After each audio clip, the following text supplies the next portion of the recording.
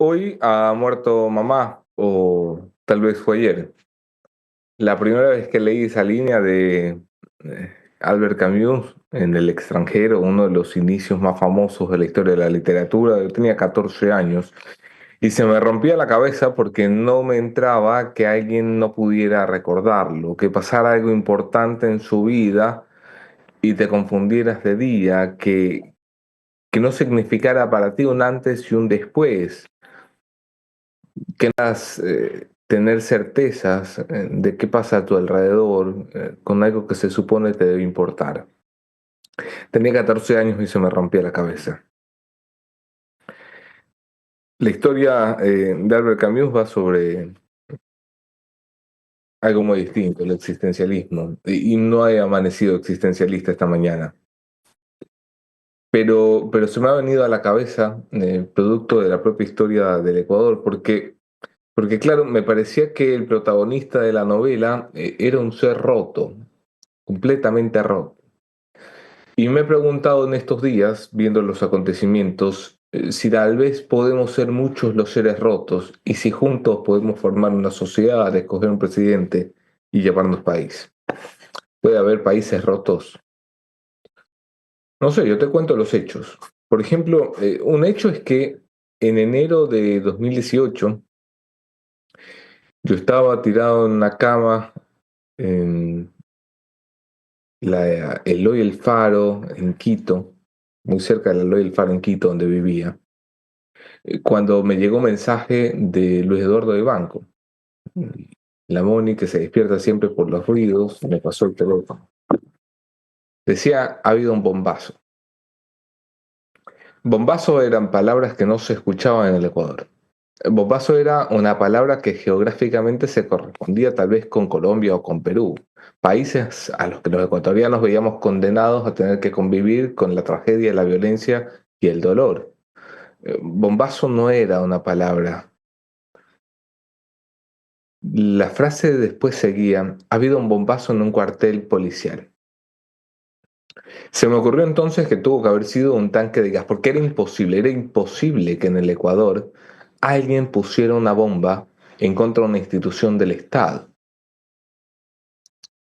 Pero lo habían puesto en San Lorenzo, un grupo subversivo, un remanente de las FARC, que inauguró por primera vez en el Ecuador en tiempos modernos, hacía mucho que no veíamos eso y mi generación sin duda no lo conocía, los atentados del crimen contra el Estado, la afrenta de los criminales diciéndole al Estado, tenemos más poder que tú, tenemos mejores armas que tú, tenemos hombres más preparados que tú, tenemos la moral más alta que tú. Se sucedió después de eso el trágico y recordado secuestro de los 3 periodistas del Comercio en la Triple Frontera. Y fue tal vez la primera vez que este país vio cómo la culpa era de la víctima. La culpa no era de los terroristas que apretaban el gatillo, ni del Estado incapaz de defendernos. La culpa era de los periodistas que habían ido a hacer su trabajo, de los que habían ido a hacer periodismo para contarnos lo que nosotros, lejos de las periferias, no podíamos ver.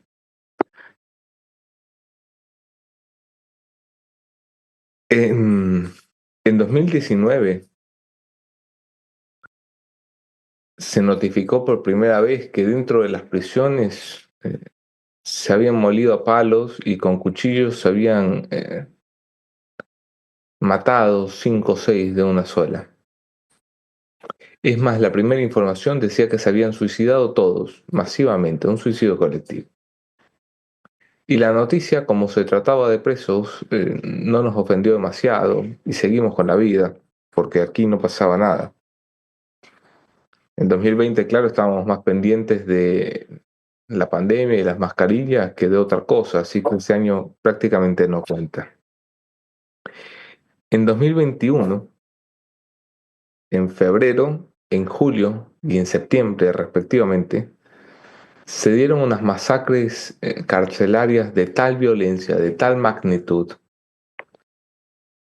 que los presos decapitaban a los otros y jugaban pelota con la cabeza decapitada de un ser humano en mitad del patio. mientras se filmaban y viralizaban los contenidos y nos mostraban cómo ellos, los presos, no el Estado, controlaba ese pedacito de tierra sobre el cual habíamos perdido soberanía. Y no pasó nada. La culpa era por supuesto de los presos. Y como eran presos que se maten, mientras más se mataran mejor, se mataron tantos que llegaron a ser casi 500.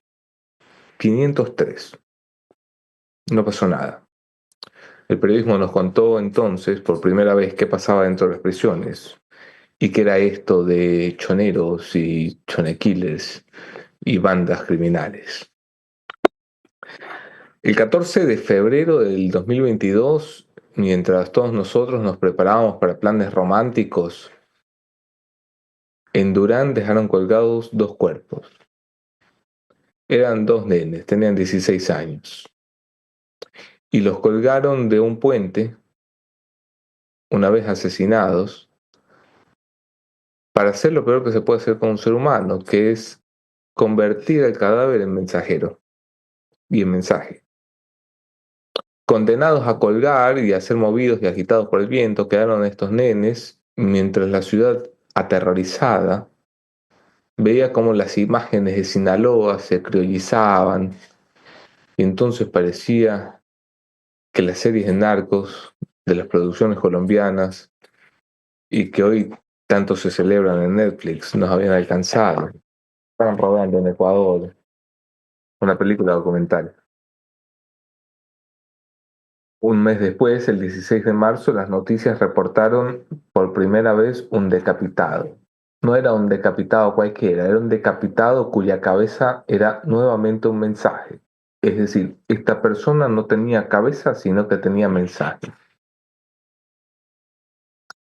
Y pocos meses después nos contaron que no solamente había decapitados, sino que también había desmembrados. En 2023 no se cargaron solamente contra los cadáveres de los muertos, sino contra los que lloraban a los cadáveres de los muertos. Y se convirtió en tendencia que los funerales de los criminales fueran también epicentros de batalla. Y entonces a las viudas y a los deudos que lloraban y que se encontraban afligidos, lamentando la pérdida de los suyos, los acompañaban los silbidos mortales y mortíferos de balas perdidas, de ametralladoras sin piedad, que convertían un funeral en un funeral triple o cuádruple.